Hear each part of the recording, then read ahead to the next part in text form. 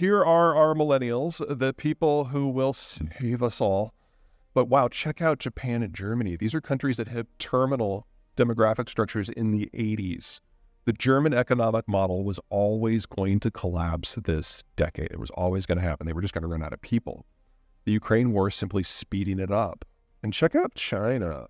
That is the world's fastest aging worker base already, faster than what happened during the Black Death, faster aging. And we now know that that data is wrong. The Chinese are now admitting publicly, if grudgingly, that they overcounted their population by in excess of 100 million people.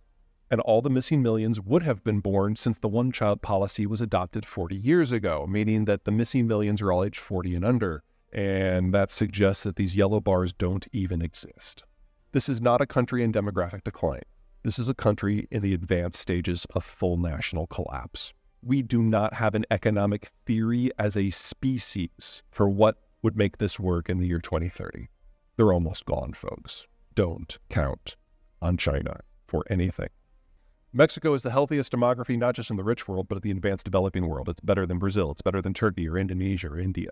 And courtesy of Donald Trump, we're bolted together at the hip because of NAFTA 2. There are a lot of things about Trump I was not a fan of, in case that didn't shine through. NAFTA 2 was done brilliantly, and the hard work's behind us. It's already operationalized, it's already implemented, it's already ratified, and it's already showing up in the data. Here's some labor costs. These are a number of Southeast Asian countries that I think very fondly of. I think they're going to do very well in the world to come. Here are our Mexican partners right in the middle, very competitive, and here are the Chinese. If the preliminary data from this year proves true, and I think it will, by the end of this calendar year, Chinese labor on average will cost 3 times that of Mexican labor, but the Mexican laborer will have a better skill set. Let me give you an idea of just how much better. This is an export map. This is Peruvian data. Everything on the left is what Peru exports, primarily raw commodities. Everything on the right is where they go, primarily East Asia. This is right middle of the road for the developing world and for Latin American specific. Very average. This is what we consider to be manufactured goods. It's 3% of the total export portfolio. Again, middle of the road. Here's Mexico. You compare the value of the product that comes out to the value of the inputs that go in. Mexico is the most highly value-added economy on the planet. They have a larger work base with a better skill set and better industrial plant than the entirety of Central Europe. And they're our partners. They are our number one trading partner. That is a position they are unlikely to give up in our lives. All right, let's talk manufacturing. I'm going to go way over. I'm so sorry. I love a good matrix. So if you're at the bottom of this, you are looking at a supply chain that'll fit on the back of a cocktail napkin. If you're in the top, you probably need a staff of 20 and you're going to break Excel keeping track of things. If you're on the left, most things today are based on the Chinese system. If you're on the right, it's already done within NAFTA. So a couple of examples. First, energy. American production, American workers, American finance, American steel, American pipes, American downstream, American processing, and primarily American consumption. Pretty straightforward. Oh my God, the smartphone. The iPhone has 1,400 parts, each with their own supply chain network. 91% of those supply chain networks touch China in some way. This is the last iPhone, folks. You probably want to buy 2. It's going to take them 5 years to relocate their supply chain somewhere else. I know that the iPhone 14 is not all that, but you know, if you want an Apple, you're running out of time. I get mine Tuesday. Here's everyone else. All right, I'm going to go through a few of these.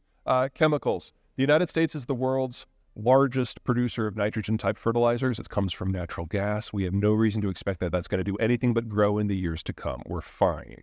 So your baseline for materials is probably okay. Let me go back. There we go. Anything that moves on a wheel. Now, there's a clause within NAFTA 2 that says about 80% of all the components that go into any vehicle sold within North America have to be made in North America. And the American big 3 automakers are already above that threshold, and the Asian ones are rapidly catching up. The Europeans have a ways to go, so there's going to be some consolidation in the space. You want to play in automotive? You've got an opportunity for some network effects here. Heavy vehicles are a problem. Now, it's farm equipment, construction equipment, and so on. All the big manufacturers of heavy vehicles were like, oh, well, you know, Trump's an asshat and he's going to be gone soon. So let's just ignore it, pay the tariffs. And then when he's gone, we'll just go back to how we were doing and building most of this stuff in China. Biden made it very clear less than a month into his job that, nope, we're keeping every single trade policy that Donald Trump gave us. We're just going to put it through a really good grammar checker. And there's a scramble now to bring all this stuff back as quickly as possible. That's now doubled and tripled because of what's going on in China and Germany. There's a very real risk here that we won't have a lot of the equipment that we need for the next 2 to 3 years as this works itself out, aka another opportunity. Semis, low end, medium quality, high end. The high end, we make 57% of all semiconductors by value, and we are buttressed by Japan, South Korea, and Taiwan. The mid quality, things that go into like aerospace and automotive, that is primarily Thailand, that is primarily Malaysia. That's where our shortage is. The low end, the Internet of Things, your singing popcorn machine, that's exclusively made in China. That's the stuff that's going away. The problem is that the 20% of the global neon that doesn't come from Ukraine and Russia, it comes from China. So there's a risk here that the only chips we're going to be able to get a year from now are the ones that I would argue we don't really need. And the technical term for this sort of disconnect between supply and demand and security issues is fuck. Now, you'll notice I've highlighted electronics. With the Chinese going away, a lot of the electronics manufacturing in the wider world has to come here if we want it. The problem is to make manufacturing work, you need different qualities of labor. And that means you need high end for the software and medium quality for the wiring and lower quality for like the die cast. The only place in North America we have that kind of mix is on the border zone. So we need to add 2 million jobs in electronics manufacturing.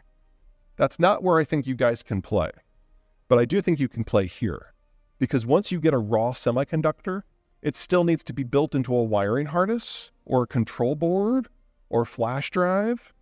That's high-end work that still requires eyes and fingers. And since you are representatives of the most overeducated population on the planet, if you want to get into some value-added manufacturing, I would get into something where the end product is typically flown, because you're not able to achieve economies of scale for mass manufacturing. But oh, howdy, you can do the high end. And if you can do things where the product can be flown, you really need to take a fun look at aerospace. Because as Airbus dies, we're not going to suddenly stop using jets. And you're looking at half of the world's supply chain in the space needs to find a new home. It's not all going to fit in Seattle, Matamoros, and Charleston. And again, the parts are literally flown because it's a plane. First, the geography angle. Russian territory sucks is really the very, very short version. I mean, you guys think that German agricultural land is a little questionable, but the outcome per hectare in Russia is less than a quarter of what you can pull off in Germany. And so the only way that they've ever found that they can exist is to run a rail system throughout their entire network. Problem is the growing season is so short, so they need more and more land to achieve the same thing. And when you don't have a very high density of capital like you do in Germany, that means the only way that you can get more income is to expand, and you become less and less and less dense. Well, anyone with a tank can disrupt that.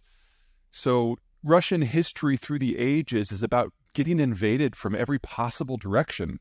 And the only way that they've ever found that this sort of low capital environment can be protected is if they continue to expand until they reach geographic blocking points where you can't run a Mongol horde through. And then they focus their relatively low-tech troops on the access points in between. And unfortunately for the Ukrainians do not control any of those access points. But they're on the way to the two most important ones, one of which is in Romania and one of which is in central Poland. The question was never, will the Russians invade Ukraine or will they try to take the whole country? They were always going to try to do this again, I might add. It was how long did they think they were going to need once they absorb Ukraine before they come for Warsaw? This has always been the beginning of a much broader military conflict, and I would argue that a lot of Europe is not ready for phase 2 yet. That's the geographic side. The demographic side is much simpler. The Russian population is dying out. Between World War I and Brezhnev and World War II and famines and then the post-Cold War collapse, this is the last generation that the Russians are going to have enough men of fighting age to attempt a military solution to their geographic problems. So the war was always going to happen, and it was always going to happen about now.